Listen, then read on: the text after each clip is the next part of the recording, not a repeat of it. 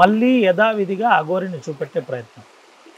Jail జీవితం ఎందుకు రావాల్సి వచ్చింది, జైలు జీవితంలో తను పడ్డ ఇబ్బంది ఏంటి, అసలు బెయిల్కు ఎవరెవరు సహకరించారు, బెయిల్ ఎట్లా వచ్చింది, బెయిల్కు ఎన్ని డబ్బులు ఖర్చు అయ్యాయి, నిజంగా అందరూ అనుకున్నట్టు అఘోరి దగ్గర కోట్ల రూపాయలు లక్షల రూపాయలు ఉన్నాయా, ప్రస్తుత పరిస్థితి ఏ విధంగా ఉంది. మనం తెలంగాణ ఇటు మహారాష్ట్ర, తెలంగాణ నుంచి దాదాపుగా 150 కిలోమీటర్ల దూరంలో అఘోరి ఆచూకీ తెలుసుకునే ప్రయత్నం. అటు ఉజ్జయిని పోయి వస్తున్నా అనే తరుణంలో మనము ముఖ్యమైన వ్యక్తి ద్వారా అఘోరితో మాట్లాడే ప్రయత్నం చేశాం. దాంట్లో అఘోరి ఇప్పుడు మీ ముందు చూపెట్టబోతున్నాను. అసలు అఘోరి జైల్లో ఏం జరిగింది, జైలుకు పోవడానికి ప్రధాన కారణం ఏంటి, ఎందుకు జైలుకు పోవాల్సి వచ్చింది, ఇదన్నిటికీ ఒకసారి అఘోరితో మాట్లాడిద్దాం. అంత స్థాయికి ఉన్న అఘోరి తెలంగాణలోనే, అటు తెలుగు రాష్ట్రాల్లోనే ఎటు చూసినా వార్తగా మారిన అఘోరి ఇప్పుడు పరిస్థితి ఏంటో ఒకసారి చూపెడదాం. మనతో పాటు అఘోరి మాటుంది. ఏమ్మా బాగున్నారా? అడవిలో ఉన్నారు, ఏంది పరిస్థితి? దర్శనం అయిందా? బాగా దర్శనాలు మంచిగానే ఉంది. హరహర మహాదేవ్, ఓం నమ శివ, అఘోరి కాళీ నమ, గురుదత్త నమ, సనాతన బంధువులకు హిందూ బంధువులకు హరహర మహాదేవ్, జై భోలేనాథ్. ఏందమ్మా అదే సనాతన పేరు మీద మీరు చేసిన పోరాటం మిమ్మల్ని జైలుకు పంపింది, ఏంటి అన్నిటికీ కారణం ఏంది అసలు?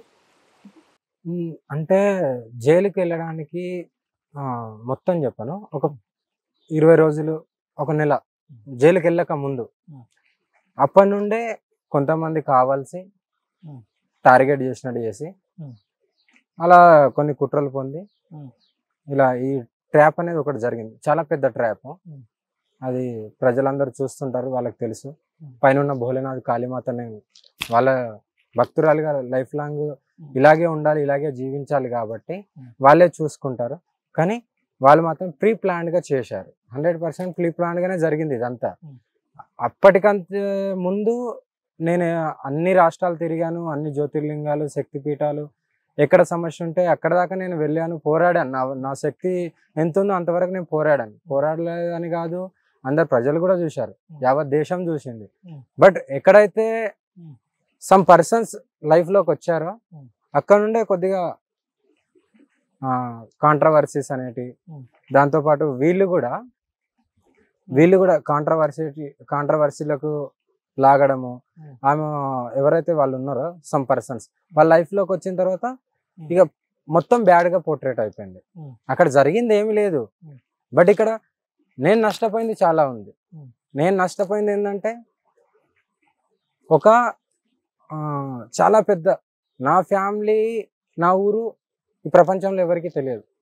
అలాంటిది నేను భగవంతుని, పరమేశ్వరుని, కాళీమాతని ఇదే అడుగుతున్నాను, భోలేనాథుని. వాళ్ళు ఎక్కడున్నా సుఖంగా ఉంటే చాలు. నేను ఇదే అడవిలలో ఇలాగే ఎక్కడో పనిలో పరాల్లో ఇదే గంగమాతని సేవించి బతకాల్సిందే. బట్ వాళ్ళు ఇప్పటికి కూడా బాధనే అనుభవిస్తున్నారు. వాళ్ళకి ఏమి చేయలేదు నేను, తల్లిదండ్రులకు. నేను వాళ్ళని కష్టపెట్టినట్టు అయిపోయింది. ఇప్పుడు ఈ సమ్ పర్సన్స్ వచ్చి లైఫ్ లోకి చాలా పెద్ద ముద్ర. ఇది వేరే నేను కాబట్టి తట్టుకుంటున్నాను. ఇదే నార్మల్ పర్సన్స్ కి వస్తే వాళ్ళు ఎప్పుడో సూసైడ్ అటెంప్ట్ చేసుకుంటారు. నేను బయట విమర్శలకు వాళ్ళు ఎంతమంది నీచంగా ఎలా అన్నా కూడా నేను స్ట్రాంగ్ ఉన్నాను. జైల్లోకి పోయిన తర్వాత నా కష్టాలు నేను అనుభవించాను, అది ఆయనకే తెలుసు. అది ఎవరికి చెప్పలేదు. ఎందుకు చెప్పాలి? చెప్పినా కూడా వీళ్ళు వినరు కదా, వీళ్ళకి ఎక్స్ప్లెయిన్ చేయాల్సిన అవసరం కూడా లేదు. జైలుకు ఎవ్వరు వెళ్ళొద్దని నేను మనస్ఫూర్తిగా కోరుకున్నాను. అంత కఠినమైన జీవితం ఎవరికి రావద్దు కూడా. అలాంటివి అనుభవించాను. ఆధ్యాత్మిక జీవితానికి జైలు జీవితానికి ఏంటి తేడా, ఎట్లుంది? మీరు జైల్లో పడ్డ కష్టం ఏంటి? చాలా అనుభవించాను. భగవంతుడు అలాగే నాకు, నా తల్లిదండ్రులు బాగా కష్టపడ్డారు నన్ను బయటికి తీయడానికి. భూములు అమ్ముకొని, భూములు కుదవబెట్టి, కొంతమంది ఉన్నారు, వాళ్ళ పేర్లు ఎందుకులేండి, కానీ వాళ్ళు కూడా మా ఫ్యామిలీకి సపోర్ట్ చేస్తూ, మంచిగా ధైర్యం చెప్తూ, ఆర్థికంగా వాళ్ళు కూడా సాయం చేసి ఈ రోజు 4కి బెయిల్ వచ్చి నేను బయట ఉన్నాను. అఘోరి శ్రీనివాస్ దగ్గర కోట్ల రూపాయలు, హైదరాబాద్లో బంగ్లాలు, నిధులు, ఇవన్నీ ఉన్నాయని ఫుల్ ప్రచారం జరిగింది. ఎందుకు మీ బెయిల్ 4 నెలలు పట్టింది అసలు? అదే చెప్తున్నా కదా నాన్న, అదే కోట్ల ఆస్తులు ఉంటే మనిషికో కోటి రూపాయలు ఇచ్చి అప్పుడే బయటకు వస్తా కదా, జైలుకు కూడా వెళ్ళను. అలా ఉన్నారా లేదా? డబ్బున్న వాళ్ళు డబ్బు పెట్టి జైలు గేట్ దాకా కూడా వాళ్ళు విత్ ఇన్ స్పాట్ లో బెయిల్ వచ్చి బయటకు వచ్చేస్తారు. మరి అలాంటిది ఎక్కడుంది? అలా ఉంటే నేనే ఎక్కడైనా స్థిరపడతా కదా. ఇలాంటి జంగట్లను ఎక్కడో ఒక గుడి కట్టించి అలానే జీవితాంతం ఉంటా, బయటికి కూడా రాను నేను. ఆ సోమత లేకనే కదా మీరందరూ ఎవరైతే పోర్ట్రేట్ చేస్తున్నారో కోట్ల ఆస్తులు కోట్ల విల్లాలు అంటే అది ఎక్కడుంది ఎక్కడున్నదో అదంతా మీరు మరి ఎవరికన్నా దానాలు చేద్దాం, మనం అందరం కలిసి దానం చేద్దాం నాన్న, దానికి ఏం ఇబ్బంది లేదు. అంతెందుకు కావాలంటే మా అమ్మ నాన్న కొండ పోయి అక్కడ పెడతాను విల్లాలల్లా. వాళ్ళు ఇప్పుడు ఎలా ఉన్నారు? యథావిధిగా నా గురించి భూములు తాకట్టు పెట్టారు. వాళ్ళ కడుపున పుట్టినందుకు వాళ్ళకు నేను ఏమి చేయలేదు, కానీ వాళ్ళు ఇప్పటి వరకు కూడా నాకు వాళ్ళు భూములు తాకట్టు పెట్టాల్సిన అవసరం ఏముంది? అంత ముసలోళ్ళు అంటే ఇదంతా ప్రీ ప్లాన్డ్ గానే జరిగింది. ఏందమ్మా ఎందుకు మిమ్మల్ని జైలుకు పంపించే అంత ప్లాన్ జరిగిందని మీరు అంటున్నారు? ఏంటి అసలు విషయం? ఎందుకు జరిగింది? నేను దానికి క్లారిటీ ఇస్తాను నాన్న. ఇప్పుడు నేనేదో ఎట్లా కోట్ల ఆస్తులు కోట్ల వ్యాపారం చేయలే. ఇది జస్ట్ నా అకౌంట్లో ఎంత అమౌంట్ పడ్డాయో దాని త్రూ అది అక్కడ ఉంది కాబట్టి రుజువుగా నేను ఎవరి దగ్గరికి వెళ్ళినా ఏదన్నా నాకు 100 రూపాయలు వేసినా అకౌంట్లోనే వేస్తారు. అలాంటిది ఆ రుజువులు ఉన్నాయి కాబట్టి అది సాక్ష్యాలను బట్టి అక్కడ కేసు ఫైల్ చేశారు. ఓకే, నాకు న్యాయ వ్యవస్థ మీద పోలీస్ వ్యవస్థ మీద చాలా గౌరవం ఉంది. ఇప్పటికి కూడా నేను వాళ్ళనే నమ్ముతున్నాను. జడ్జీలు ఏదైనా నిర్ణయం పాజిటివ్గానే ఇస్తారని నేను అనుకుంటున్నాను. ఎందుకంటే భోలేనాథ్ ఉన్నాడు. డబ్బులు వేసింది ఒకరు, కేసు పెట్టింది ఇంకొకరు. అదే అడగబోతున్నాను. అఘోరి శ్రీనివాస్ నన్ను మానసికంగా వేధించిండు, శారీరకంగా నన్ను డిస్టర్బ్ చేసే ప్రయత్నం చేసిండు, ఇలాంటి కంప్లైంట్స్ అన్ని ఇచ్చిండు. ఏంటి అఘోరి శ్రీనివాస్ ఇప్పుడు నేను ఎట్లా ఇది చేయగలుగుతాను? నేను ఒకటే మాట చెప్తాను, ఎవరేమన్నా అనుకోని మీరు అన్న మాటలే నేను చెప్తాను. ఎందుకంటే విని ప్రజలకు కూడా బండ గుద్దినట్టు చెప్పాలి. నేను ఇటు బాయ్గా జీవితం చూశాను, ఇటు గర్ల్గా జీవితం చూశాను. బాయ్ కష్టాలు ఎలా ఉంటాయో నాకు తెలుసు, గర్ల్ కష్టాలు ఎలా ఉంటాయో నాకు తెలుసు, రెండిటి కష్టాలు ఎలా ఉంటాయో తెలుసు. బట్ నేను శారీరకంగా నేను పనికిరాను కదా. How can then is impossible then physical? అది నేను అడుగుతున్నాను. నేను దానికి పనికే రాను, అదే వద్దు, నాకు అంగమే లేదని నేను ఆల్రెడీ సర్టిఫికెట్లు నేను ఎక్కడెక్కడ సర్జరీ చేయించుకున్న డాక్టర్లు హాస్పిటల్ అంత పెద్ద హాస్పిటల్ ఉన్నాయి, నేను ఎలా చేయగలుగుతాను? ఎందుకు ఇటువంటి కట్టు కథనా లేదంటే ఇటువంటి? నేనేమంటున్నా, నేను అబద్ధం చెప్తున్నాను. ఇప్పటి కూడా ప్రజలు అనుకుంటే, న్యాయ వ్యవస్థలు అనుకుంటే, పోలీసు వ్యవస్థలు కూడా అనుకుంటే నేను కంపల్సరీ టెస్ట్లకు రెడీగా ఉన్నా. నేను టెస్ట్లకు రెడీ. ఎవరైతే కేసులు పెట్టారో వాళ్ళు కూడా టెస్ట్లకు రెడీయా అని నేను అడుగుతున్నాను. నేను టెస్టులకు రెడీ. ఇంకా దీనికంటే ఎక్కువ ఇంకా నేను చెప్పలేదు. పలుసార్లు జైలు నుండి నేరుగా జ్యుడిషియరీ గురించి మాట్లాడద్దు, కానీ కొన్ని అంశాలు ప్రజలకు తెలవాలంటే మాట్లాడతారు. మీరు నేరుగా జైలు నుండి జ్యుడిషియరీ జడ్జి గారి దగ్గరికి పోయి నిలబడుతున్న టైంలో చాలాసార్లు ఏడ్చిందని ఒక ప్రచారం జరిగింది, నిజమా? అంటే బాధలు అనేటివి వస్తుంటాయి పోతుంటాయి. బట్ ఏడవడం అంటే పెయిన్. ఇలాంటి కేసులు కూడా ఉంటాయా? ఎందుకు ఇలాంటి నిందలు? డైరెక్ట్ ఏదైనా ఉంటే డైరెక్ట్ అడగాలి. నేను రెడీ అంటున్నా కదా టెస్ట్లకు. నేను జైల్లో ఉండే లాయర్లకు కూడా అదే చెప్పేదాన్ని, నేను టెస్ట్లకు రెడీ, నన్ను టెస్ట్లకు తీసుకెళ్ళండి మీరు. నాకు 4 నెలలు ఉన్నాను కదా, నన్ను 4 నెలల్లో నేను బయటకు వచ్చింది ఒకసారి 2 సార్లు. ఒకటి మోకిలకు వెళ్ళాను, ఒకటి కరీంనగర్కి వచ్చాను ఫిజికల్గా అక్కడ కోర్టుకు హాజరుపరచడానికి. 2 సార్లు వచ్చాను. నేను టెస్ట్లకు రెడీ అన్నప్పుడు తీసుకెళ్లాల్సింది కదా. నేను వద్దని నేను రాను అనలేదు, ఏమనలేదు. టెస్ట్లు తీసుకున్న తర్వాతనే అప్పుడు నన్ను రిలీజ్ చేసేది ఉండే. నేను అన్నిటికీ సిద్ధపడి ఉన్నాను. మీరు కేసులు పెట్టిన వాళ్ళు నిజమా నేను నిజమా అనేది తెలిసిపోద్ది కదా నిర్ధారణ. ఇప్పుడు డబ్బులు తీసుకున్నారు అంటే డబ్బులు ఎందుకు ఇచ్చారు? వాళ్ళు ఎందుకు ఇచ్చారు? వాళ్ళు నన్ను ఎందుకు అప్రోచ్ అయ్యారు? నేనే ఫోన్ చేసిన, నా కాల్ రికార్డ్స్ తీయండి, నేను ఫోన్ చేసిన. వాళ్ళకు నాకు ఎప్పటి నుండి పరిచయం ఉంది? ఇదంతా అయితే పోలీసు వ్యవస్థకున్న న్యాయ వ్యవస్థకు తెలుసు కదా, గవర్నమెంట్కి అయితే తెలుసు కదా. ఇది బయటికి తీయండి, బయటికి తీసి ఎవరు అప్రోచ్ అయ్యారు, ఎవరు వేశారు అకౌంట్లో. ఇప్పటికీ నా అకౌంట్లు మోకిలా పిఎస్లో ఉన్నాయి. అన్ని కొన్ని కోట్ల డబ్బు లేదు, విల్లాలు లేవు. అందుకే నేను ఇంత బహిరంగంగా చెప్తున్నాను. నా అకౌంట్స్, నా కారు ఇప్పటికి కూడా మోకిలా పిఎస్లో ఉన్నాయి. ఇప్పటికి నేను బయటికి వెళ్ళాలంటే ఎలా వెళ్ళాలని ఆలోచిస్తున్నాను. ఇప్పుడు కోట్లకు ఈ అడవిలో ఉండి రేపటి రోజున కోర్టు డేట్కు నేను ఎలా వెళ్ళాలి, ఏ త్రూ వెళ్ళాలి, ఎవరిని అప్రోచ్ అవ్వాలి. కాశీకి వెళ్ళినా, కాశీకి వెళ్ళి దర్శనం చేసుకొని మళ్ళీ రిటర్న్ ఇదంతా జరిగిందా లేకపోతే ఏంటి? లేదంటే నేరుగా ఎవరికి కనబడకుండా రహస్యమైన ప్రదేశంలో ఉండిపోయింది? రహస్యమైన ప్రదేశంలో కాశీకి వెళ్ళడానికి వెహికల్ అప్రోచ్ అవుతుంది. అది అయిన తర్వాత కంపల్సరీ. ఏందమ్మా అంటే నిన్నటి వరకు తెలుగు రాష్ట్రాల్లో హల్చల్ చేసిన అఘోరి ఇప్పుడు 4 చుట్టూ అడవి, దట్టమైన అరణ్యం, ఒక వాగు ఇట్లాంటి ప్రాంతంలో ఉంటుంది. ఏంటి భయం, భక్తి ఏంటి, ఏం జరుగుతుంది అసలు? అంత కాళీమాత భోలేనాథ్ దయ వల్ల ఇప్పటికైతే నేను బాగున్నాను. నన్ను నమ్మిన భక్తులు వాళ్ళు ఎక్కడున్నా హ్యాపీగా ఉండాలి. చాలా మంది సపోర్ట్ ఇచ్చారు. ఇప్పటి కూడా స్టిల్ ఇన్ నౌ ఇప్పటి కూడా సపోర్ట్ ఇస్తున్నారు. అఘోరి శ్రీనివాస్ అసలు అఘోరినే కాదు, ఇంటెన్షన్లీ ప్రజలను అందరిని మోసం చేస్తున్నారు, బయట ప్రచారం జరుగుతుంది. నేను ఒకటే మాట చెప్తా, నేను అఘోరినో కాదో అనే హక్కు నీకు లేదు. ఇది రాజ్యాంగం చెప్తుంది, ఈ స్వేచ్ఛ ఉంది. రాజ్యాంగాన్ని గౌరవిస్తున్నారా? ఇప్పుడు గౌరవిస్తాను, కంపల్సరీ గౌరవించాల్సిందే. ఎందుకంటే రాజ్యాంగమే కదా అందులో ఉన్న. మిమ్మల్ని జైలుకు పంపించింది నేను బయటికి తీసుకొచ్చింది అదే కాబట్టి నేను కంపల్సరీ నేను గౌరవించాల్సిందే. బట్ ఇప్పుడు నేను కోర్టులకు అటెండ్ అయినా వాళ్ళు ఏదైతే కొన్ని చెప్పారో ఆ విధంగా నేను నడుస్తూ నేను ఎక్కడ కూడా కాంట్రవర్సీగా మాట్లాడలేదు. 100% జ్యుడిషియల్ సిస్టమ్ ని నేను గౌరవిస్తాను, అదే ప్రకారం నడుస్తాను కూడా. వాళ్ళు చెప్పిన నిబంధన ప్రకారమే ఉంటారు. 100% నడవాలి. ఎక్కడ కాంట్రవర్సీ లేదు, ఏది దీని మీద ఉద్యమాలు లేవు, ఇవన్నీ బందా ఇక ఉద్యమాలు. అంటే మీరు ఇంతకు ముందు అమ్మాయిలకు ఎక్కడ అన్యాయం జరిగినా నేను అక్కడికి వెళ్తానని చెప్పేది, ఇప్పుడు అది అటువంటిది ఉండదు. ఇక నేను వెళ్ళాను కానీ నా దగ్గరికి వచ్చిన వాళ్ళకి నేను మంచి చేస్తాను. అంతకు మించి నేను ఒకరి దగ్గరికి వెళ్ళి నేను ఇదంతా దేశ సంచారం చేస్తూ దేశ సంచారం చేస్తాను, బట్ కాంట్రవర్సీలకు దిగను. నన్ను నమ్మిన వాళ్ళు ఇప్పటికి కూడా ఉన్నారు కదా, వాళ్ళకు మాత్రం నేను ఎప్పుడు ఉంటాను. ఇంకా అఘోరి మాతకు పెళ్ళైంది, పెళ్ళి చేసుకున్న తర్వాత మీరు నమ్మిన మీ సహచరి, అంటే పెళ్ళి అయిన తర్వాత సహచరి అనాలా, లేకపోతే మీ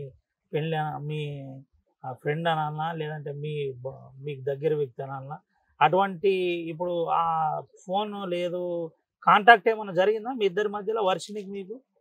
జై భోలేనాథ్, అదొక్కటి అడగకండి. ఎవరి జీవితంలో వాళ్ళు బాగుంటే బాగుంటుంది. నేనైతే ధ్యానాలు చేసుకుంటూ పూజలు చేసుకుంటూ నేను హ్యాపీగా ఉన్నాను. ఆ అంశం మాత్రం ప్రజలు కానీ మీడియా మిత్రులు కానీ ఎవరు కూడా నాకు అదొక్కటి అడగకండి దయచేసి. మీరు జైలుకు పోవడానికి ప్రధాన కారణం ఎవరు? ఇక ప్రజలందరూ చూస్తున్నారు, వాళ్ళకి తెలుసు ఎవరు కారణం ఏంటిది అనేది. వాళ్ళ పేర్లతో నాకు సంబంధం లేదు, బట్ ఆ క్యారెక్టర్స్ అనేవి ఇలా వచ్చినాయి, అలా వెళ్ళినాయి. ఇక అంతే. కొన్నిసార్లు ఒడుకులు దుడుకులు ఉంటాయి జీవితం అన్నప్పుడు. మనం కూడా మనుషులమే, ఎంత భక్తురాళ్ళమైనా మనం కూడా మనుషులమే. కాబట్టి కొంత అలా నడిచింది, కొన్ని రోజులు బ్యాడ్ టైం అన్నట్టు. తేజంగా ఎలిగిన అఘోరి శ్రీనివాస్ ఒక్కసారిగా డిమ్ అయిపోయింది, అంధకారం అయిపోయింది, జైలు జీవితం అయింది. దీనికి అందరికీ కారణం అయినోళ్ళ మీద మీరేమన్నా కక్ష అంటే దాన్ని ఏమంటారు, ఏమన్నా ప్రతిచర్య ఉండబోతుందా? జై భోలేనాథ్, అదంతా భగవంతుడు చూసుకుంటాడు, అంత భోలేనాథ్ చూసుకుంటాడు, కాళీమాత చూసుకుంటుంది. ఏందమ్మా ఎట్లుంది అంటే మీ జైలు జీవితంలో అత్యంత మిమ్మల్ని బాధ పెట్టిన ఘటన ఏదన్నా చెప్తారా ఒకటి? మా నాన్న వచ్చారు, వచ్చినప్పుడు ఇంకా ఏం చెప్పలేను.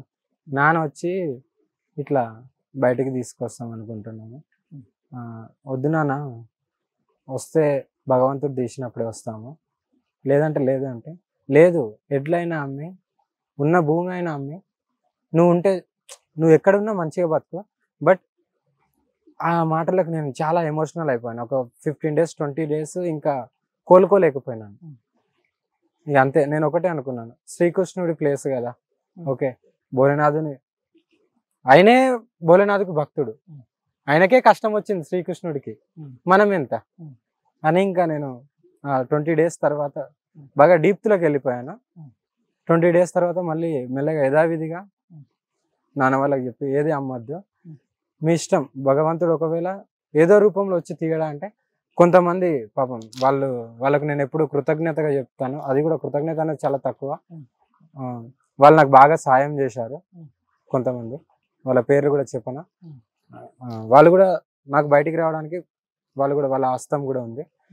వాళ్ళ అమ్మ నాన్నకు అప్రోచ్ అయ్యి వాళ్ళతో పాటు అమ్మ నాన్న ఇలా చేశారు. ఇప్పటికి కూడా మా అమ్మ నాన్న ఒక ఎంతో కొంత భూమి ఉన్నది, ఆ భూమి ఇప్పట్లో కూడా తాకట్లో ఉంది ఊర్లో, ఇప్పటికి కూడా తాకట్లో ఉంది. అందరూ మొన్నటి వరకు రకరకాల వార్తలు, రకరకాల థంబ్నెయిల్స్, రకరకాల అనుకున్న వ్యక్తులు, మీరు ఇట్లా చెప్తే నమ్ముతారు అసలు? నేను అదే అంటున్నాను, దయచేసి ఇప్పటికీ మళ్ళీ నేను అదే చెప్తున్నాను, దయచేసి మీరు నా దగ్గరికి రావద్దు, నన్ను నమ్మద్దు, నన్ను ప్రశాంతంగా బతకనివ్వండి, మీ జీవితాన్ని మీరు ఆనందంగా కుటుంబాలతో మంచి ఆనందంగా గడపండి చాలు. జైల్లో అన్నం తినలేదు అఘోరి మాత అని రకరకాల ప్రచారం జరిగింది, నిజమేనా? అన్నం తినలేదు, చాలాసేపు ఏడుస్తూ ఉండేది, ఏది నా సంబంధించిన అత్యంత, అంటే మీరు పేరు చెప్పొద్దని అంటున్నారు కాబట్టి నాకు సంబంధించిన ఆత్మీయురాలు ఎక్కడ ఏంది అని ఇదంతా ప్రచారం జరిగింది, అంతా నిజమా అబద్ధమా? అలా ఏం లేదు, జస్ట్ నేనైతే లోపల 4 గోడల మధ్యలో ఇంకో సింగిల్ బ్యారెక్ అని ఉంటుంది, అందులో ఒక్కదాన్నే కాబట్టి జస్ట్ ఆయన నామస్మరణ చేస్తూ గురుమంత్రం జపిస్తూ జస్ట్ ధ్యానంలోకి వెళ్ళిపోయేదని. అదైతే నేను ఎప్పుడు ఆలోచించలేదు. ఇంకా గురువు ఏమన్నా మీరు బయటకు వచ్చిన తర్వాత కానీ జైలుకు పోయే ముందు కానీ మీ గురువు గారికి ఏమన్నా సమాచారం అంశం ఈ విషయంలో ఏమైనా చర్చ జరిగిందా? కంపల్సరీ చర్చలు అయితే జరిగినాయి. ఇప్పటికైతే ఆయన ఎలా చెప్తే అలా ఆ బాటలనే నడవాలి అంతే. ఇంకా ఏంటి ఏమన్నా అంటే మీ కార్యాచరణ ఏ విధంగా ఉండబోతుంది? ఇప్పుడు వరుసగా మీరు కోర్టుకు పోవాలి, పోలీస్ స్టేషన్ పోవాలి, సంతకం పెట్టాలి, ఇటువంటి అంశాలన్నీ తెలుసా మీకు? ఏమైనా సమాచారం ఇస్తున్నారా ఏంటి అసలు? అదే తెలుసుకునే ప్రయత్నం చేస్తున్నాను. నేను అక్కడికి వెళ్ళి రాగానే డేట్లు ఇచ్చారు, ఆ డేట్లు అయితే నాకు గుర్తుంది. ఆ డేట్లకు నేను కేసుల్లో బెయిల్ వేసిందంతా గవర్నమెంట్ తరపునే ప్రయత్నం జరిగిందని అన్నారు, నిజమా ఇదంతా? 100% చెప్తున్నా కదా, నా అడ్వకేట్లు అందరు గవర్నమెంట్ అడ్వకేట్లే. అన్ని కోట్ల వేల కోట్లు ఉంటే ప్రైవేట్ లాయర్లను పెట్టుకుంటాం కదా, ఎందుకు గవర్నమెంట్ లాయర్లను పెట్టుకోవాలి? సోమత లేకనే కదా. ఇప్పటికి కూడా చెప్తున్నాను, పోలీసు వ్యవస్థ ఎంక్వైరీ చేశారు కాబట్టి వాళ్ళకి ఏంటిది ఏందనేది తెలుసు. అరెస్ట్ అయ్యే ముందు మిమ్మల్ని ఎక్కడ అసలు పోలీసులు క్యాప్చర్ చేసిండ్రు, ఏడ మిమ్మల్ని తీసుకొచ్చిండ్రు, ఏం జరిగింది అసలు? ఆ అరెస్ట్ జైలుకు పోయి ఒక రోజు ముందు మీ గతం చెప్పండి. నేను ఎక్కడికి వెళ్ళాను ఏంటిది అనేది మోకిల PS నుండి వచ్చారు. పాపం వాళ్ళు బాగా తిరిగిందంట. వాళ్ళకు కూడా మిమ్మల్ని కూడా ఏమైనా ఇబ్బంది పెట్టుంటే హర హర మహాదేవ్. ఎందుకంటే వాళ్ళు వచ్చారు నేను ఎక్కడెక్కడ వెళ్ళాను ఏంటిది అనేది. ఖండ్వా డిస్టిక్, ఓంకారేశ్వర్, దాని తర్వాత ఉజ్జయిన్, ఇట్లా వాళ్ళు ఎంక్వైరీ చేశారు. మీరు కావాలంటే మీరే వెళ్ళి స్వయంగా వాళ్ళని అడగండి, అక్కడ మరి ఆమెను ఎంక్వైరీ చేశారేమో అక్కడ ఏంటిదని. నాకు ఢిల్లీ దగ్గరలో మేము ఒక దగ్గర భోజనం ఇలా వంట వండుతూ ఉంటే అప్పుడు వచ్చి పట్టుకున్నారు, తీసుకొని వచ్చారు. కానీ వాళ్ళైతే ఎంక్వైరీ చేశారు కదా ఏంటిది వాట్ ఈజ్ వాట్ అనేది. అది మీడియా వాళ్ళే వెళ్ళి అడగండి, కావాలంటే వాళ్ళే చెప్తారు స్వయంగా. మరి అక్కడ వాళ్ళు ఏమన్నారు, అక్కడ దొంగ అన్నారా, లంగా అన్నారా, లేకుంటే ఇక్కడే అంటున్నారా అనేది వాళ్ళ విజ్ఞప్తి. ఎంక్వైరీ చేయండి ఏదైతే. వెనకాల ఎవరో ఒక రాజకీయ పార్టీలు ఉన్నాయని ఒక జోరు ప్రచారం జరిగింది, అసలు నిజమా ఇదంతా? అది వాళ్ళకే తెలియాలి. ఇంకా నేను ఎవరు లేరు, రాజకీయం గురించి నేను మాట్లాడదలుచుకోలేదు. అందరు మీకు సమానమే అంతే, అందరు కూడా కావలసిన వాళ్ళే అని మీ అభిప్రాయం? అంతే కదా, ఎవరినైనా ఒకటే కోణంలో చూస్తాం, మంచి కోణంలో. ఏంటమ్మా మరి రొటీన్ మీ జైల్లో పూజలన్నీ జరిగేటియా? పూజలు అంటే ధ్యానం చేసుకునేదాన్ని. ఒక గుడి ఉంటుంది, వాళ్ళు తీసినప్పుడు ఇట్లా 15 days కు 12 days కు కోర్ట్ ఉంటుంది కదా, వీడియో కాల్. ఆ వీడియో కాల్ ఉన్నప్పుడు బయటకు వచ్చినప్పుడు లోపలనే ఒక చిన్న గుడి ఉంటుంది, అక్కడ పోయి దండం పెట్టుకున్నాం. అంతవరకే కానీ మీకు పూజ చేసుకోవడానికి ఈ వసతులు ఏం లేవు అందులో. అందులో అలాంటివి ఏమి ఉండవు. దయచేసి ఎవరైనా కానీ జైలు జీవితాన్ని మాత్రం ఎప్పుడూ కోరుకోకండి. మీకంటూ మీ ఫ్యామిలీస్ ఉంటాయి, మీకంటూ మీ మీద ఆధారపడ్డ ఫ్యామిలీస్, మీ ఉద్యోగాలు, మంచిగా ఉండండి, మంచిగా జీవించండి. అంత ఆరోగ్యం మీరు అంతకుముందు నిండుగా నిగనిగలాడేటోళ్ళు, ఇప్పుడు అంతా బక్కచిక్కిపోయి ఇబ్బందికర పరిస్థితి ఇదంతా లేదు. అలానేం లేదు, ఇప్పుడు కూడా ఫిట్ గానే ఉంటాం. ఎందుకంటే ప్రకృతి ఎప్పుడు ప్రకృతిలో ఇప్పుడు ఇంత మంచి ప్రకృతిలో ఉన్నప్పుడు ఎనర్జీగానే ఉండాల్సింది. ఎందుకంటే పవిత్రమైన గంగా జలం, తర్వాత వాతావరణం కానీ, ఫ్రూట్స్ కానీ, చెట్ల ఫ్రూట్స్ అన్ని ఉంటాయి కాబట్టి ఆరోగ్యం యథావిధిగా బాగానే ఉంటుంది. అమ్మ నాన్న అందరూ మీకోసం 4 నెలలు, ఎందుకు 4 నెలలు మీ బెయిల్ రావడానికి ఇంత సమయం ఎందుకు పట్టింది అసలు? చెప్పాను కదా నేను, చిన్న చిన్న కేసులు, పెద్ద కేసులు కూడా కాదు, ఒకటేదో కరీంనగర్ కేసు పెద్దది ఉన్నట్టుంది అందులో. అది కూడా పెద్దది కాదని నా దృష్టిలో నేను అనుకుంటాను. ఎందుకంటే నేను ఇందాక అన్నాను కదా, నేను టెస్ట్లకు రెడీగా ఉన్నాను. ఆ కేసులు నాకు వేరే లాయర్ని అడిగితే ఇలా ఇలా సెక్షన్స్ ఉన్నాయంట అంటే చెప్పిండు, ఇలా చీటింగ్ కేసు అని, అటెంప్ట్ టు మర్డర్ అని. అలా అటెంప్ట్ టు మర్డర్ చేయాలంటే ఎన్నో చేసి ఉండాల్సింది, మరి ఎన్నో చేసి ఉండాల్సింది. అలా రేపులు అంటే నాకే అసలు తెలియదని నేను ఏడుస్తుంటే మళ్ళీ నేను ఎలా రేపు చేయగలుగుతాను? మీరు ఉద్యమం చేస్తానన్నారు కదా, అదే కామ కోరికలు తీర్చుకోవడానికి అయితే నేను ఇలా ఎందుకు బాయి గుండి తీర్చుకుంటా కదా. నేను ఒక అబ్బాయి గుండి కామ కోరికలు తీర్చుకుంటాను. ఏంటి అంటే మీరు జైలు నుంచి రాగానే ఫస్ట్ మీ దగ్గరికి ఎవరు వచ్చిండ్రు, ఎవరు కలిసిండ్రు? అంటే మీ కుటుంబ సభ్యులు, అమ్మ నాన్నని కలిసిండ్రా పోయి? మీ దగ్గరికి వాళ్ళు వచ్చిండ్రు? యా, అమ్మ నాన్నకు కలవడం జరిగింది. కలిసిన తర్వాత నేను ఇటు రావడం జరిగింది. ఎందుకంటే ఇప్పుడు వాళ్ళకు కూడా కలవకుండా ఒక్కసారి కనబడకుండా వెళ్తే మళ్ళీ వాళ్ళు రోధిస్తూనే ఉంటారు అని ఇంకా కలవడం కూడా జరిగింది. కలిసిన తర్వాత యథావిధిగా మళ్ళీ బయటకు వచ్చేసాను. మళ్ళీ కోర్టులకు కూడా అటెండ్ అవ్వాలి. చూడాలి ఇంకా బయటకు వెళ్ళిన తర్వాత. ఘోరమైన ఇబ్బంది అనుభవించినట్టు నాకు కూడా సమాచారం ఉంది. మామూలు ఇబ్బంది వాళ్ళు 7 రోజు లేదని కొంతమంది చెప్పిన పరిస్థితి. వాళ్ళే కాదు, నేను 7 రోజు అంటూ లేదు. ఎందుకంటే ఏమి చేయలేకపోయినాం. అందరు అనుకున్నట్టు నేను నా స్వార్థానికి ఇప్పటికి కూడా నేను బతుకులేను. నాకు డబ్బు అంటే ఆశ లేదు. ఆశ్రమాలు పెట్టాలనో, గుడి కట్టాలనో, కూర్చోవాలి, వీళ్ళు అందరిలాగా పీఠాలు వేసుకొని కూర్చోవాలి, అది ఆశ లేదు. అలాంటివి ఉంటే నేను ఈరోజు ఈ అడవులలో కూడా ఉండను, ఇలా బతకను కూడా. అది ఆశ లేదు కాబట్టే నేను జైలు జీవితం అనుభవించాను. అలా సంపాదించుకొని ఉంటే నేను ఎక్కడో కూర్చొని హ్యాపీగా నేను సొసైటీ కూడా రాకపోదును. నా అనుకునే వాళ్ళు, నమ్మే వాళ్ళే నా దగ్గరికి వచ్చి ఆశీర్వాదం తీసుకుని ఏదో చేద్దాం, అది అయిపోవట్లా. ఇంత సొసైటీలో ఇంత పోరాటం చేయకపోదును కదా. ఏంటంటే ఏం చేయబోతున్నావు రానున్న రోజుల్లో? మీ కార్యాచరణ ఎట్లుండబోతుంది? కార్యాచరణ యథావిధిగా అయితే కంపల్సరీ ఉంటుంది. బట్ కాంట్రవర్సీలకు వెళ్ళను. నేను పోలీస్ వ్యవస్థని, న్యాయ వ్యవస్థను గౌరవిస్తాను కాబట్టి నేను కాంట్రవర్సీకి అయితే వెళ్ళదలుచుకోలేదు. సామరస్యంగా అంతే. ఏంటి సనాతన ధర్మం మీద ప్రచారం ఉండబోతుందా? తెలుగు రాష్ట్రాల్లో తిరగబోతున్నారా లేదా ఏంటి అసలు? నేను దేశ సంచారం కంపల్సరీ చేస్తాను. దేశ సంచారం అయితే ఎప్పుడు ఆపను. సనాతన ధర్మం గురించి ఎప్పుడు నేను నా వంతుగా నేను చేస్తూనే ఉంటాను.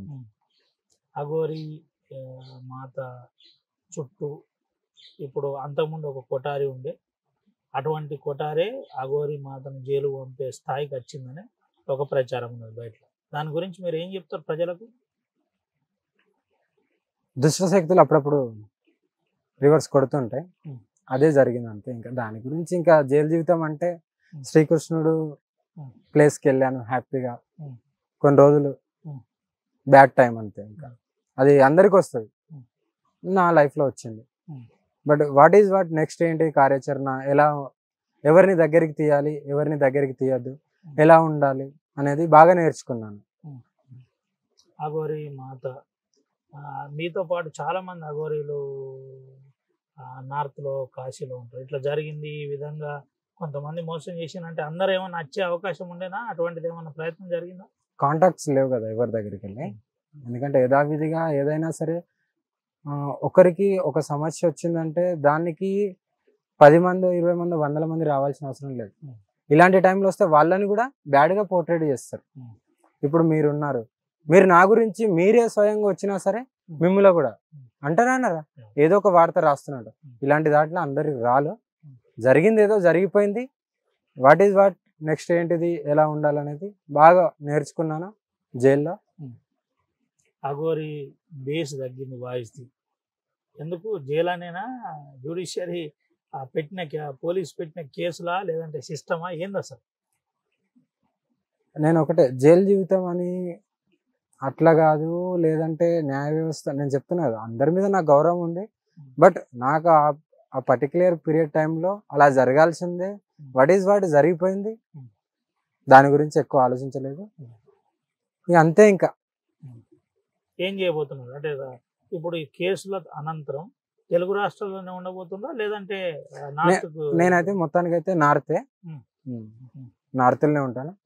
ఒకవేళ చెప్పలేను, ఇక కేసులు తొందరగా కాకపోతే చూడాలి ఇంకా ఏంటనేది ఆలోచించుకొని నేను చూస్తాను. కానీ దయచేసి చెప్తున్నాను మీడియా మిత్రులకు కానీ ప్రజలకు కానీ ఇదే ఒకటే చెప్తాను. నేను కోర్టులకు తిరిగే టైంలో నేను కోర్టు దగ్గర కనబడ్డా, కోర్టుకు వెళ్ళేటప్పుడు కనబడ్డా సరే కొద్దిగా నా మీద ఫోకస్ చేయకండి, నా దగ్గరికి రాకండి, నన్ను కొద్దిగా ప్రశాంతంగా ఉంచండి, మీరు బాగుండండి చాలు. భయపడుతుందా అఘోరి మాత ఇట్లా చెప్తూ? అంటే భయం అని కాదు, బట్ నా వల్ల నా కుటుంబం, నన్ను నమ్ముకున్న వాళ్ళే సఫర్ అవుతున్నారు. ఇంకా అందులో ఏంటంటే ఇప్పుడున్న ఈ కలియుగంలో సాక్షాత్తం భోలేనాథ్ వచ్చినా సరే ఇలాగే ప్రవర్తిస్తుంటారు. నేను కాదు, నా గురువులు కాదు, ఇంకో గురువు వచ్చినా సరే ఇలాగే ప్రవర్తించే వాళ్ళు, రాసే వాళ్ళు రాస్తూనే ఉంటారు, ప్రవర్తించే వాళ్ళు ప్రవర్తిస్తూనే ఉంటారు. వీళ్ళ గురించి ఆలోచించి నా సమయాన్ని వృధా చేసుకోలేను. నా పూజలని నేను టైం టు టైం, నా ధ్యానం టైం టు టైం ఉంటుంది. నేను ఇందులోనే ఉంటాను తప్ప ఇలాంటిది ఇంకా నేను ఎప్పుడు ఆలోచించని కూడా నాకు వద్దు కూడా. ఇంకా గెటప్ అంతా చేంజ్ అయింది, ఏంటి న్యూ గెటప్ ఉండబోతుందా నెక్స్ట్? లేదంటే ఇప్పుడు మీరు చూస్తున్నారు ఫస్ట్ ఎలా ఉండే అఘోరి మాత, ఇప్పుడు ఎలా ఉంది అనేది. ఆఫీస్కి వస్తారు ఒకసారి, ఆర్టీవీ ఆఫీస్కి చూద్దాం నాన్న, కోర్టుకు వచ్చిన టైంలో ఆ టైంలో చూద్దాం. ఎందుకంటే ప్రజలకు కూడా చాలా క్లారిటీగా తెలవాలి. ఆర్టీవీకి నేను మాట ఇస్తే ఎప్పుడో ఇచ్చాను, ఆ మాట మీద బేస్ అయి ఉన్నాను కాబట్టి ఆర్టీవీకి వస్తే నా సర్జరీ సర్టిఫికేట్స్, నా బ్యాంక్ డీటెయిల్స్ నేను ఇస్తాను, ఎప్పుడో మాట ఇచ్చా కాబట్టి. మాట ఇస్తే అఘోరి మాత ఇప్పటికి కూడా అఘోరి మాత మాట మీద ఉంటది. నేను చెప్పడం కూడా జరిగింది యాంకర్ గారికి. నా డీటెయిల్స్, బ్యాంక్ డీటెయిల్స్ ఇస్తాను ఇన్ని కోట్లు అన్నప్పుడు. నా ఈ సర్టిఫికేట్ కూడా తీసుకొని వస్తాను, నాకు ఎప్పుడు సర్జరీ అయింది, వీళ్ళు ఎప్పుడు కాంట్రాక్ట్ లోకి వచ్చారు, ఎలా జరిగింది అనేది ఎక్స్ప్లెయిన్ గా కంపల్సరీ నేను చెప్తాను. ప్రజలకు కూడా తెలియాలి నేను ఎందుకు ఇచ్చాను, ఎందుకు ఇలా మారాల్సి వచ్చింది, వాట్ ఈజ్ వాట్ అని తెలియాలి. తెలిస్తేనే బాగుంటది, ఇంకొకరికి హాని జరగదు. సమాజంలో ఇదంతా జరగడం వల్ల మీకు చెడ్డ పేరు వచ్చిందని మీరు అనుకుంటున్నారా లేదు? నేను దీన్ని చెడ్డ పేరుగా అయితే నేను అనుకోవట్లేదు. ఎందుకంటే పేరేంది నాన్న, మోసపోయిందా? బల్లగుద్ది చెప్తే మోసపోయా, దాంట్లో నేనే చెడ్డ పేరు కాదు కానీ మోసపోయాను అంతే. చెడ్డ పేరు అని ఎందుకు అనట్లేదు అంటే నా భక్తులు ఎవరైతే ఉన్నారో వాళ్ళు నన్ను నమ్మితే చాలు కదా, సొసైటీ మొత్తం నమ్మాలని లేదు. ఇప్పుడు కూడా భక్తులు వస్తున్నారు మీ దగ్గరికి ఫుల్గా, మీకోసం జైల్లోకి వెళ్ళి బయటికి వెళ్ళిండు, ఖచ్చితంగా అఘోరమ్మని కలవాలని కొంత ఉంటది. కానీ నా దగ్గర ఫోన్లు లేవు, ఏం లేవు, నేను ఎక్కడున్నా కూడా ఎవరికి తెలియదు. మీకు కూడా ఎవరు చెప్పారో తెలియదు, బట్ వచ్చారు, యథావిధిగా నడుస్తుంది. ఏం చెప్తారమ్మా అంటే నీ గురించి రకరకాలుగా మాట్లాడుకునేటోళ్ళకు మీరేం చెప్తారు? అఘోరి మాత ఏం చెప్తారు? నేను ఇంకా బల్లగుద్దినట్టు చెప్తా. మీరు ట్రాన్స్ అనుకుంటారా, ఇటు మేల్ అనుకుంటారా, మీరు శ్రీనివాస్ అంటారా, ఏమంటారో అది మీ ఊహాగానం, మీరు ఏదన్నా అనుకోండి. బట్ నేనైతే ఇలాగే ధ్యానం చేస్తూ ఇలాగే పూజలలోనే ఉండాలి కాబట్టి ఇలాగే ఉంటాను. మీరు ఎన్ని నిందలేసినా, ఎంత తమ్నెయిల్స్ పెట్టినా, ఎంత విమర్శించినా నాకేమి కాదు, కాబోదు కూడా. చివరిగా ప్రజలకు సంబంధించిన అంశం మీకు ఇంకోటి, మీరు మళ్ళీ అడుగుతున్నారు, మీరు అఘోరిలా నటిస్తున్నారు. దీనికి లఘుదినడు చెప్తా, 100% అఘోరి. బట్ ఒక అఖాడ నుండి పేరు వచ్చిందో అట్లని కాదు. బట్ ఎప్పుడైతే మ్యారేజ్ చేసుకున్నామో అఖాడ నుండి కూడా బయటకు వచ్చామో యథావిధిగా దేశ సంచారం చేస్తా. ఇప్పుడు మ్యారేజ్ లేదు, ఏం లేదు, అఖాడ మారుతుండ్రా, ఇంకో అఖాడకు పోతారా? చూడాలి, ఇంకా ఇదంతా కోట్ల వివరాలు అయిపోయిన తర్వాత అప్పుడు చూడాలి. నేను ఆలోచిస్తున్నాను కిన్నెర్ అఖాడకి వెళ్దామని. Kinnar means is total in trance. ఇలా మా మేల్ నుండి ఫీమేల్ గా వెళ్ళిన వాళ్ళే అందులో ఉంటారు కాబట్టి నేను ఒకసారి అప్రోచ్ అవుదామని నేను కూడా అనుకుంటున్నాను. ఇదంతా క్లారిటీ వచ్చిన తర్వాత ఏంటి అనేది డిసైడ్ అవుతుంది. ఫర్దర్ గా అప్పట్లోపు మా గంగమ్మ, ఈ మంచి ప్రకృతి, మా భోలేనాథ్, మా కాళీమాత అంతే. ఫైనల్ గా ఆర్టీవీ ద్వారా ప్రజలకు ఏం చెప్తారు? తెలుగు రాష్ట్రాల ప్రజలకు, మిమ్మల్ని మోసం చేసిన వాళ్ళకు. మోసం చేసిన వాళ్ళు కూడా ఎక్కడున్నా బాగుండండి, ఇంకొకరిని మోసం చేయకండి దయచేసి. ఎందుకంటే ఒకరి జీవితం నాశనం చేయకండి. నాకంటే ఏం పోయేది ఏం లేదు, బట్ నార్మల్ పర్సన్స్ని చేస్తే వాళ్ళు కోలుకోలేరు, ఆత్మహత్యకు లేకుంటే ఫ్యామిలీస్ ఆగమైతే. అలా చేయకండి. మీరు ఆనందంగా ఉండాలి, మీ కుటుంబాలు బాగుండాలి, ఎప్పుడు ప్రజలు కూడా బాగుండాలి. మళ్ళీ మళ్ళీ చెప్తున్నాను, నేను కోర్టులోకి వచ్చే టైంలో ఎక్కడన్నా నేను వస్తున్న హైవే త్రూనో లేకుంటే కోర్టు దగ్గరనో పోలీస్ స్టేషన్కి వెళ్ళి సంతకాలు పెట్టాలి. ఆ టైంలో నేను కనబడ్డా కూడా కొద్దిగా మీడియా వాళ్ళు, ప్రజలు కొద్దిగా నన్ను అవాయిడ్ చేస్తే బాగుంటుందని నేను మీకు జై భోలేనాథ్ చెప్తున్నాను. Thank you. ఇది పరిస్థితి, చాలా క్లియర్ అండ్ కట్. అఘోరి మనోవేదనను చూపెట్టే ప్రయత్నమే ఈ ప్రయత్నం. వాస్తవానికి ఇంటర్వ్యూలో ముందులో కొంత ఇబ్బంది నాకు అనిపించిన, చాలా క్లియర్గా తల్లిదండ్రుల కష్టాలను గురించి చెప్పే ప్రయత్నం. దీంతో పాటు నాకు ఏ డబ్బులు లేవు, నా పరిస్థితి ఏంటో బహిరంగంగా చూపెడతా. మీ నాన్న గురించి. మా నాన్న ఎలా అంటే ఒక మాట అన్నాడు, నీ కోసం నేను ఎడ్లు భూమి అమ్ముతా అనే మాట కంటే నువ్వు ఏది చేసినా దైవ కార్యం చేస్తున్నావు, భగవంతుడే ఉన్నాడు, నువ్వు ఏ తప్పు చేయలేదని మేము నమ్ముతున్నావు అని ఆ ఒక్క మాట అన్నాడు. దానికి ఇప్పటికి కూడా నేను ఎంత పాదసేవ చేసినా తక్కువనే, అమ్మ నాన్నకి ఎంత చేసినా తక్కువనే. అందులో మా అక్క ఒక ఎట్లా అంటే ఒక పులిలాగా పోరాడింది. మా అక్కకు ఇంకా జీవితాంతం రుణపడి ఉంటాను. మా తల్లిదండ్రుల కడుపులో పుట్టడం నా అదృష్టం. జన్మనిచ్చిన భోలేనాథ్కు, కాళీమాతకు, పునర్జన్మనిచ్చిన తల్లిదండ్రులకు, గురువులకు జై భోలేనాథ్, జై శ్రీ కాళీమాత్రే. ఇది పరిస్థితి. తను ఒక రకంగా బాధపడుతూ కన్నీళ్లు పెట్టే ప్రయత్నం. దీంతో పాటు తండ్రి, నువ్వు తప్పు చేయలేదు, నువ్వు చేసేది క్లియర్గా సనాతన ధర్మంలో ఆధ్యాత్మిక దిశలో ఉన్నా, నీకు ఎటువంటి ఏం జరగదు, మీ వెనక మేమున్నాం, నువ్వు తప్పు చేయలేదని నేను నమ్మానని చెప్పానని అఘోరి మాతో చెబుతున్న పరిస్థితి. దీంతో పాటు నన్ను మోసం చేసిన వాళ్ళు కూడా, మళ్ళీ చెబుతున్నాను, నన్ను మోసం చేసిన వాళ్ళు కూడా బాగుండాలి, నాలాగా ఇంకోరికి చేయకండి. నన్ను క్లియర్గా అందరు కలిసి ట్రాప్ చేశారు, ఆ ట్రాప్లో నేను చిక్కుకున్నా, అందుకనే 4 నెలల జైలు జీవితం అనుభవించానని చెబుతున్నాను. 4 నెలల జీవితంతో పాటు ఇప్పటికీ జ్యుడిషియరీ మీద నాకు నమ్మకం ఉంది.